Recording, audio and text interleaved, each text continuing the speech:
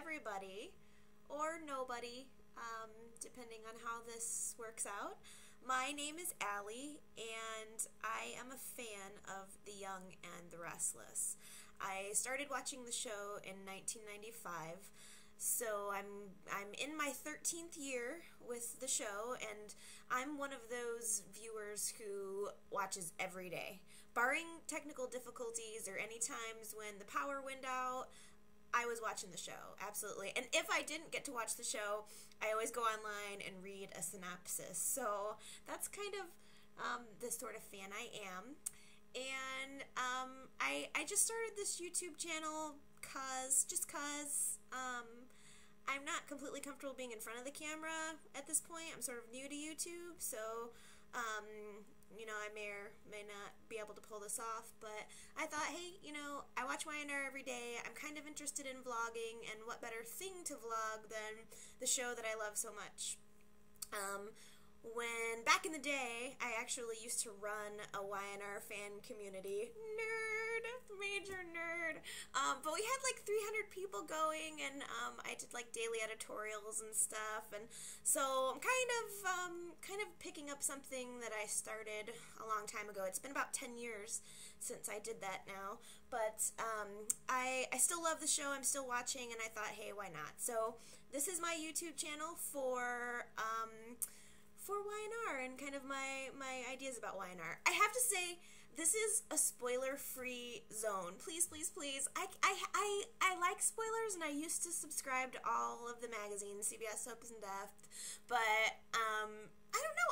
I stopped getting the magazines because I had no money several years ago, and I like it a lot better. I mean, there are some times where it's shocking, like where I won't know that somebody is leaving the show, and then they're just gone, and you know, and I'm tempted to go on and find out if like their contract is not up or what, you know, what's going to happen. But I think that it's really cool to just sit back and enjoy the ride and see where the writers are going to take you. And in my experience, it has always been someplace that I wanted to go. Y&R is consistently a high-rated show. I feel that a lot of times it gets kind of a bad rap because it's a soap opera, but whatever, because you know there are people out there that are just as into, like, Lost and, you know, whatever other people are watching. I'm watching Y&R. I love it. I prefer no spoilers, so, hey, that's just me. I don't know. And I guess the reason I say that is because I'm sort of hoping, like, in a perfect universe, maybe you guys that are watching will get to the point where you'd like to submit video responses, or where you'd like to make your own videos about, you know, what your thoughts on Y&R are. I don't see that this is something that's really going on YouTube at the moment. I'm kind of new to it, so maybe, I don't know. But anyway, I just think it would be cool if maybe you guys could talk back to me talking back. So anyway, enough with the introductions. I thought that I would just jump right in and kind of give some of my impressions of the show at this point. I'm so embarrassed. I can't believe I'm doing this. Let me have a glass of water. Okay, I'm going to start where everything starts, and that is with Victor Newman. I have to say, there is somebody riding a dirt bike outside of my window right now. Like, that's pretty cool. I wish I was on a dirt bike. So Victor. Okay, here's the thing. I was so suspicious and leery of Sabrina when she came into town. I think we all were. I didn't like the way that the relationship was developing with Victor. I don't have a problem so much with her being younger than him. That doesn't bother me. What bothers me is that it seemed like she was after his money, or it seemed like she came into town with a purpose. She kept kind of hanging around, and I wasn't getting a good vibe from her. I like Victoria, so I didn't want to see, you know, her best friend kind of screwing her over. So I was anti-Sabrina until this week. I think it was Wednesday, where Victor, in true Victor style, has a new woman, wants to give her everything. He brings her the shopping spree from Fenmore's to his house, and there's, you know, I can't even imagine how expensive but the dresses were, but they were all fabulous, and she had every reason to be blown away by this amazing gift that Victor was giving her, and she turned it down, and she said, no, Victor, I don't want you to buy me, you know, this ridiculous ridiculously expensive clothes. I want to stay in touch with my roots and know who I am and not get blinded by all of the money.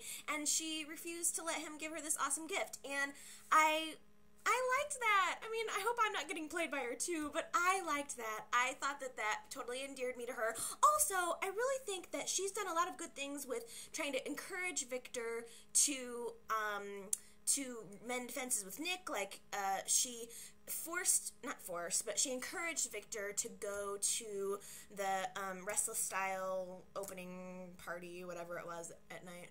And he wasn't going to go. He said, you know what, I think that anything I say to Nick is going to be interpreted as, I think you're going to fail. And Sabrina said, no, I think you should go be with your family, tell him that you care about him, show your support. And he did, and I do think that went a long way with Nick, in my opinion. So, Victor and Sabrina, I don't love them. I'm not like, I mean, it's really hard to get passionate about Victor in a relationship with anybody. And him and Nikki, to me, okay, let's talk about Victor and Nikki. Because today they had a moment, you know, kind of like over Cassie's death. So they had kind of a moment there that was sort of tender. And I love Victor and Nikki, and I am a fan, but I feel like it's over. I feel like the relationship it always ends up at the same spot. I think Nikki's a different person. Victor is the same person. And so I think that relationship, as much as I love them and I have fun memories and I cry when they do the flashbacks, I think that relationship is over. But Nikki and David Chow, oh my god, I'm so sick to death of David Chow. I've wanted him out of town from the second that he came into town. I always thought that he was shady, and above that, I think he's just gross. I just think he's not attractive. He seems to really love Nikki, and I can appreciate that. I'm not saying he's all bad, but I just don't like him. The gambling thing, I don't remember us doing a gambling addiction storyline for a while, so I mean, it's kind of interesting to see, you know, whenever the addiction crap. But I don't know. I think just in general, I'm sick of David Chow. I wish he wasn't married. I wish they wouldn't have gotten married. Why did Nikki marry him? I don't like him. I hope Paul is in Bermuda, and I really hope that Paul is able to dig up some dirt. I mean, on Friday, Paul went to go see the ex-wife of David Chow, and she said that he's a killer. So he could be even more dangerous than we realized. It may be more than just a simple gambling addiction. But, so I'm really hoping that Paul is able to uncover some dirt, give it to Nikki in time before anything bad happens, before he gets desperate, because, I mean, God knows he's playing her.